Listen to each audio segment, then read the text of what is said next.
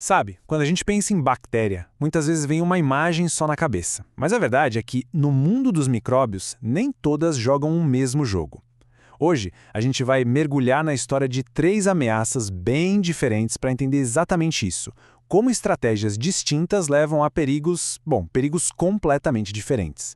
E essa é a grande pergunta, né? Como é que uma vida microscópica pode ser tão versátil no jeito de causar problema? A gente vai comparar as táticas de cada uma e, no processo, descobrir por que uma ataca de um jeito, outra de outro, e por que a nossa defesa precisa ser tão específica para cada uma. E olha só, tudo começa por onde elas entram. De um lado pode ser algo que a gente comeu, sabe? Um queijo, um embutido. Do outro, um corte, um ferimento fundo, sujo. Parece que não tem nada a ver uma coisa com a outra, certo? Pois é.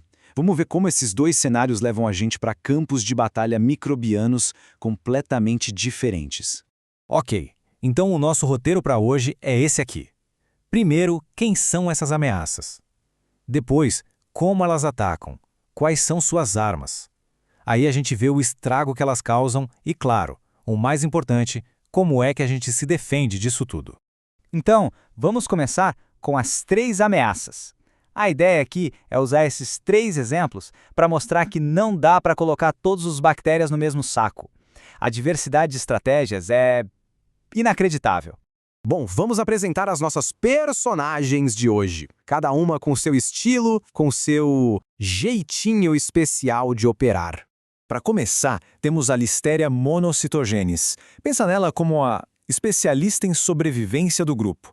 É por causa dela que a gente tem que ter cuidado com certos alimentos, mesmo os que estão na geladeira. A grande arma dela é essa, a resistência. Depois vem o Clostridium tetani. Esse aqui tem uma tática bem diferente. Ele não é um invasor no sentido clássico. Ele é mais um franco atirador. Ele fica ali, quietinho no ferimento, e de lá dispara uma das armas químicas mais potentes que existem.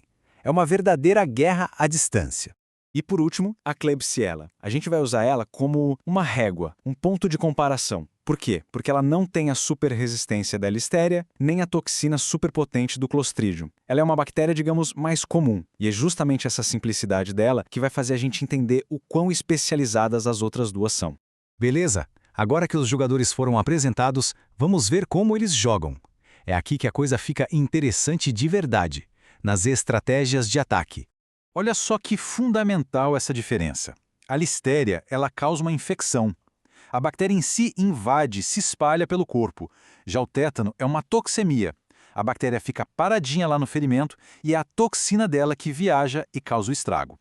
É exatamente a diferença entre uma invasão por terra, com soldados por toda parte, e um ataque de míssil teleguiado. E o que torna a Listeria um problema tão atual é exatamente isso aqui. Ela não só aguenta o frio da geladeira, ela cresce lá. Uma condição que mataria a nossa Klebsiella, por exemplo. Ela também não está nem aí para o sal que a gente usa para conservar a comida. E ainda por cima forma biofilmes, umas camadas super resistentes em superfícies.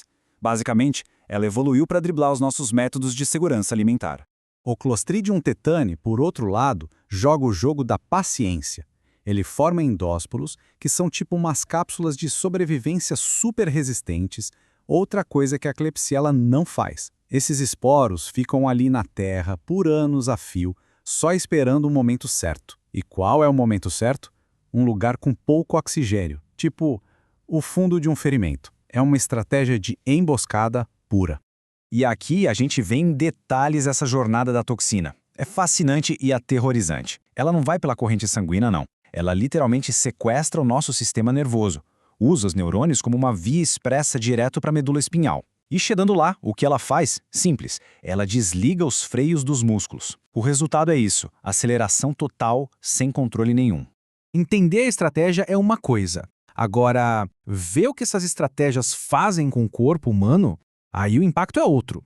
É aqui que o contraste entre elas fica gritante. Pensa só, essa citação tem quase 2000 anos e ela captura perfeitamente o terror que é o tétano. O que Areteu escreveu mostra que, antes da medicina que a gente conhece hoje, o tétano não era só uma doença, era visto como uma coisa monstruosa, uma transformação dolorosa que desfigurava a pessoa. E o mais cruel de tudo talvez seja isso. A pessoa permanece consciente, ela sente tudo. Os músculos se contraem com uma força tão absurda que podem quebrar os próprios ossos. E aquele famoso riso sardônico não tem nada de riso, é um espasmo dos músculos do rosto, é uma máscara de agonia pura.